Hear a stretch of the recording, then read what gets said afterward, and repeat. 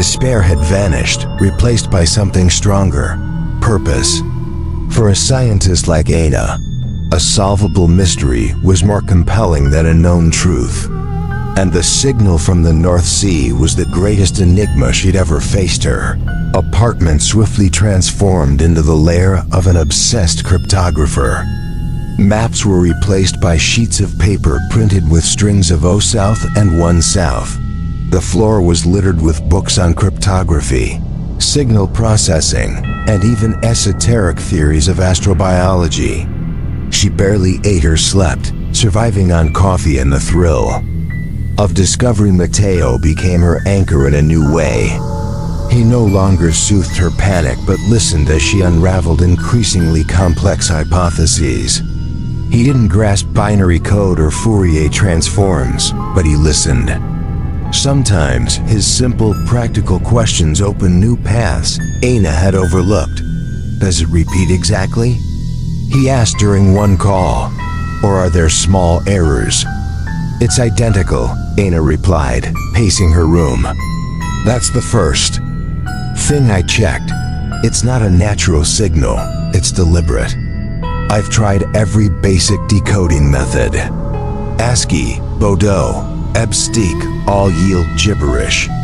She had tested dozens of approaches, but the wall remained. The signal didn't follow human language logic or even computer language.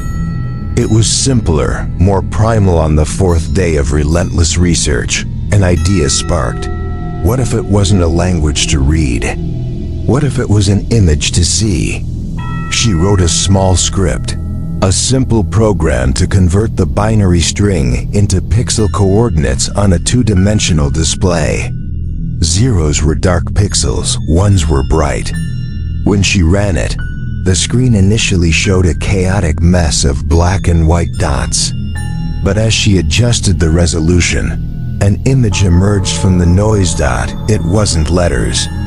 It was stars. Ana held her breath. Before her was a star map. She quickly cross-referenced it with astronomical databases. She recognized the Orion constellation, the Pleiades cluster, and a clear line formed by brighter pixels pointing from a spot near the solar system toward a dark, unremarkable dust nebula. It was a roadmap. An arrow pointing to its origin. I figured it out, she called Mateo, her voice brimming with the excitement of a monumental discovery. It's a map. It's showing us where it came from. But the joy of scientific breakthrough was quickly eclipsed by a more terrifying question. Why? Why would an ancient entity broadcast a map to its homeland? It made no sense then. She noticed something else. The primary signal, the star map, repeated in a rapid cycle. But there was another layer, a subtle modulation in the intensity of the 1 bits. A rhythm so slow her initial analysis programs had dismissed it as system noise.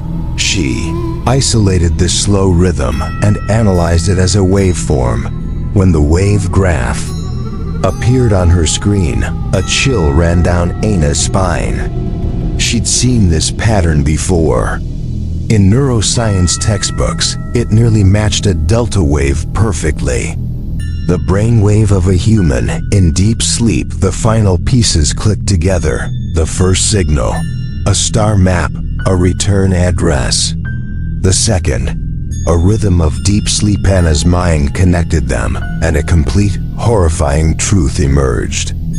This entity, this hunger, this forest, wasn't just waking up. It was dreaming. Its dream was its life. And the planet's fever was resonating with that dream. And this signal was the content of its dream. Trembling, she called Mateo again. Her voice held no excitement, only awe at a truth too vast. It's not just waking up, Mateo, she whispered. It's sending directions, an invitation. She took a deep breath before delivering the final conclusion. One that escalated their battle from planetary to cosmic. It's calling other things home. Silence, it was all that remained on the other end. A silence deeper than the North Sea's abyss, heavier than the burden of the past year. Ana's words, "It's calling other things home," hung in the space between two continents. A truth too vast, too horrific to grasp. When Mateo finally spoke, his voice held no fear, no despair.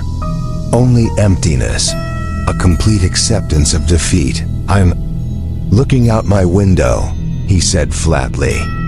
"I see the canal, my neighbor's boat, his dog barking at a fallen leaf.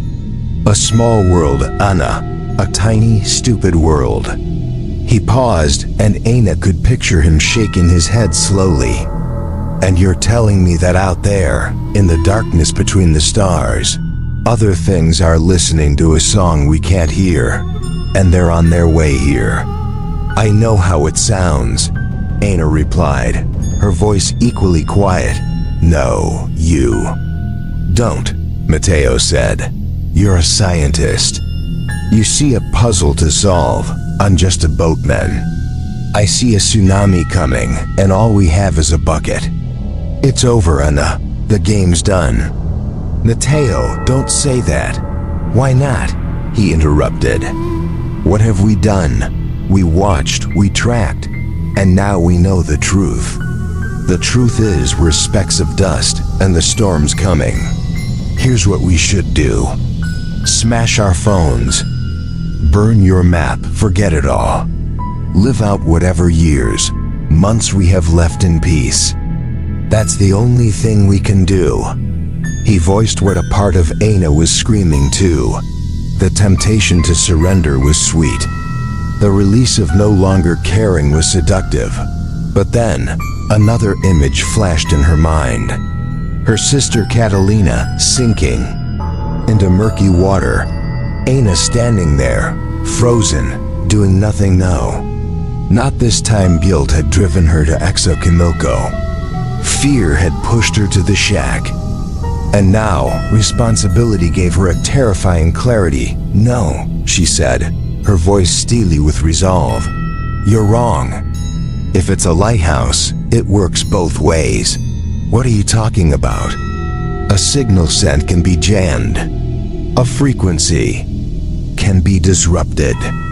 If it's using human systems to broadcast its invitation, we can use those systems to send a different message."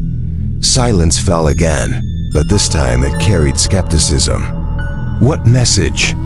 "Please don't come, you're not welcome. Who do you think you are, Ana? You're a biologist." "I know," she said. "I'm not a hacker, not a telecom engineer. I don't know what I'll do or how. I just know I can't do nothing. I'd rather fail trying than die in apathy." She took a breath, bracing for the final words that would decide everything. "I can't do this alone, Mateo. I need you." My head spinning with numbers and crazy hypotheses. "I need someone to keep me from getting lost. I need my anchor." The roles had reversed entirely. Her sinking ship was now trying to save its own anchor. Time dragged. 10 seconds, 20. Ana could almost hear Mateo's internal struggle over the phone. The tug of war between survival instinct, urging flight, and the dignity of a man who never backed down. Finally, a weary sigh came from the other end. "Damn it," he whispered. Then he said 2 words. But those 2 words sealed their fate and launched a final, insane, almost certainly doomed battle. Where do we start? Mateo's question, "Where do we start?" hung in the silence between them. It was no longer the question of a man who had surrendered, but of a soldier awaiting orders. Ana took a deep breath, feeling as though she'd just surfaced from underwater. "We start by understanding the enemy's weapon," she said, her voice now free of any tremor. "And its weapon is that signal. Our target is no longer the parasite. Our target is the Boreas rig." In the days and weeks that followed, Ana's apartment transformed into something entirely new. No longer a passive observation post, it became a war room for an unthinkable cyber war. She dove into a world utterly alien to her: industrial cybersecurity, satellite communication protocols, SATA systems controlling critical infrastructure. She devoured technical manuals, watched online lectures, and joined white hat hacker forums under a false identity. The knowledge was a sheer cliff, and she was climbing it with bare hands. A biologist trying to learn how to breach one of the planet's most heavily guarded networks. Meanwhile, Mateo's role shifted too. He was no longer a passive listener. He became her field operative. "I can't get in from the outside," Aina explained in a call, her voice weary but resolute. "Their system is air-gapped. I need a key. An entry point from the inside. And where do I find it?" Mateo asked, "Not what, but who?" Aina replied. She'd spent days digging through old press releases, LinkedIn profiles, and social media posts. The energy corporation owning the Boreas rig had a major layoff last year. "I found the name of a network engineer, a specialist on Boreas's systems, who was let go. His name is Sebastian Vettel. Last known location: he's living in the port city of Veracruz. A concrete mission, a tangible target." It was exactly what Mateo needed. "You need to find this man, Mateo," Aina said. "Talk to him. Find out if he's disgruntled with his old company. See if he still has anything that could help us. Old passwords, network schematics, a security flaw only he knows about. Anything." As Mateo prepared for his journey, Aina focused on the rest of the plan: the weapon. What message would they send if they gained access? She quickly realized blocking the signal was impossible. It came from an entity too powerful, but perhaps they could jam it. They could broadcast a countersignal on the same frequency, one that would corrupt the original message. She had two ideas. The first: alter the star map. Instead of pointing to a dark nebula, she could tweak the coordinates to direct it toward a nearby black hole or neutron star. Turn the invitation into a warning sign: keep out. The second was bolder and more terrifying. Interfere with the secondary signal, the delta wave sleep rhythm. What if she could alter it? Instead of deep sleep, she could craft a signal, mimicking the brainwaves of someone in extreme pain or panic. Turn the lullaby into a scream, a warning to the others that this new home wasn't a peaceful cradle, but a place of suffering and death. Their battle was set. An almost impossible plan, executed by a biologist and a boatman against a cosmic entity. This chapter ends with two parallel images: Anna, sitting before her computer, surrounded by complex mathematical equations, trying to compose a symphony of a scream in O South, and one San Mateo, on a night bus heading toward the coast. He gazes out the window, watching the lights of small towns pass by. His despair has been replaced by a clear purpose. He is no longer a victim. He's a soldier on a final mission, one he doesn't fully understand but knows he must undertake. Both are alone, but for the first time in over a year, they are no longer just defending. They are preparing to strike back. Veracruz greeted Mateo with a slap of hot, humid air, thick with the smell of sea salt, diesel, and rotting fish. It was a stark contrast to the quiet, earthy scent of Xochimilco's canals. This was a port city that never slept, noisy and filled with strangers.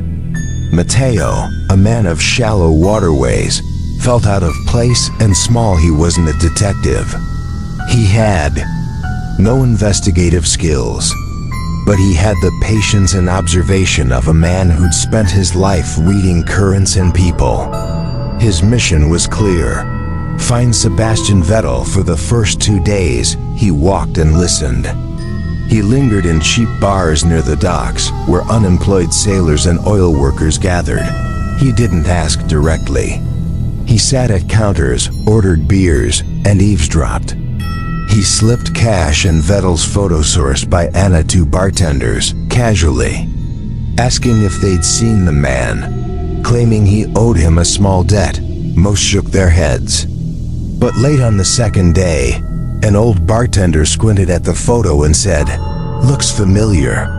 Think he hangs out at El Mule Kaido, that dive at the end of the pier, a drunk."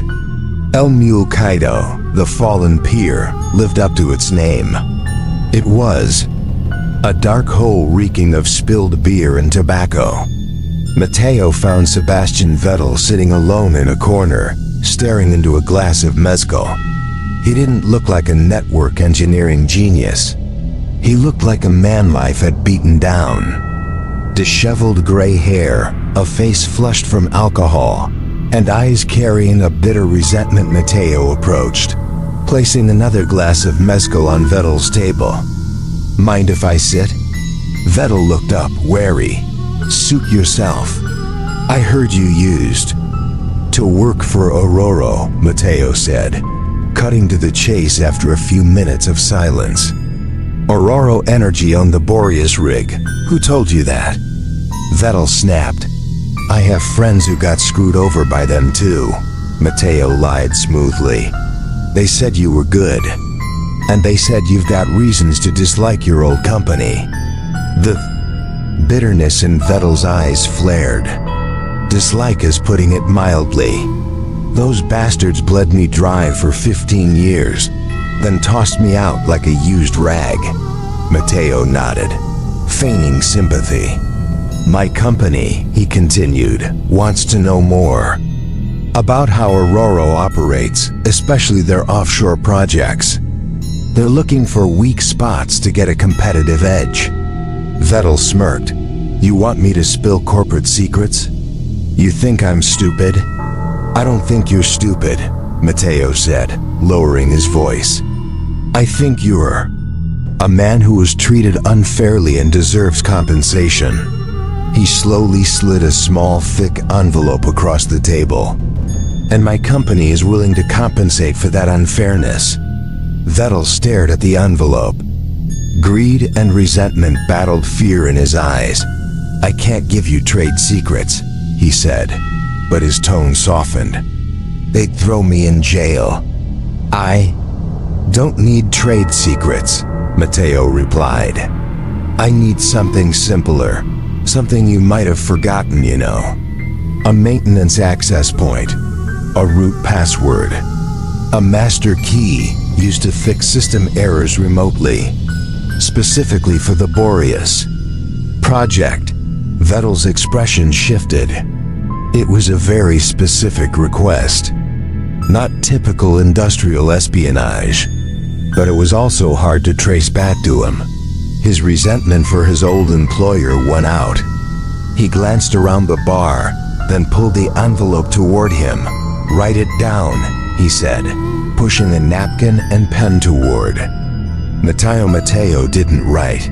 He locked eyes with Vettel. "You write it." After a moment's hesitation, Vettel took the pen. His hand trembled from alcohol, but what he wrote was clear.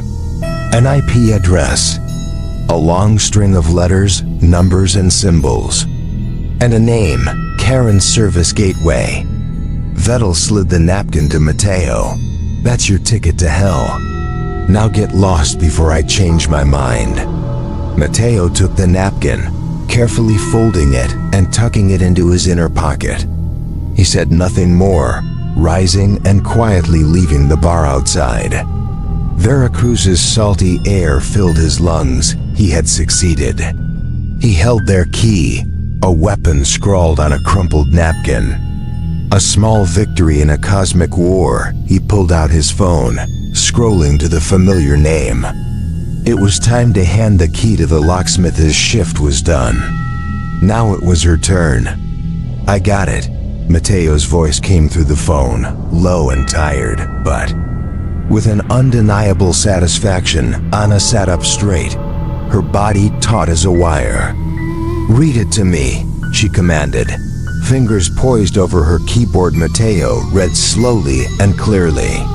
An IP address, then a long jumbled string of uppercase, lowercase, numbers, and special characters. Ana typed it precisely, eyes glued to the screen. Finally, Mateo said, "And there's a name. Karen Service Gateway." Karen. In Greek mythology, the ferryman who carried souls across the river Styx to the underworld. A chillingly fitting name. "Okay," Ana said after double-checking each character. "I've got it. Find somewhere safe and don't move. Destroy that. Nakan. Burn it. Leave no trace." "Be careful, Ana," Mateo said before hanging up. Careful. That advice felt like a luxury now after the call. Ana didn't act immediately. She prepared. She wasn't a hacker, but she'd learned. She set up multiple proxy layers, routing her connection through servers in Brazil, Estonia, Japan, creating a labyrinthine digital trail nearly impossible to trace. She was about to knock on hell's door, and she didn't want it knowing where. She came from when everything was ready. She opened a command line window. The black screen with its blinking green cursor waited. It was her digital gateway. She took a deep breath and typed the command to connect to the IP address Mateo had provided. The screen displayed a simple login prompt: Boreas Service Gateway. Karen, authentication Arakiurayari. She carefully pasted the long password string. Her finger trembled as it hovered over the enter key. She pressed it for a second. Nothing happened. Then the screen flashed and a cascade of green text poured out. Authentication successful. Access Giarintai. She was in a surge of exhilaration mixed with abject terror flooded her. She was inside the network of a billion-dollar rig at the bottom of the North Sea. She could see folders, log files, sensor data streams. It was like standing inside the nervous system of a giant metal beast. In the shadow of my archive, a new horror stirs. Date to listen.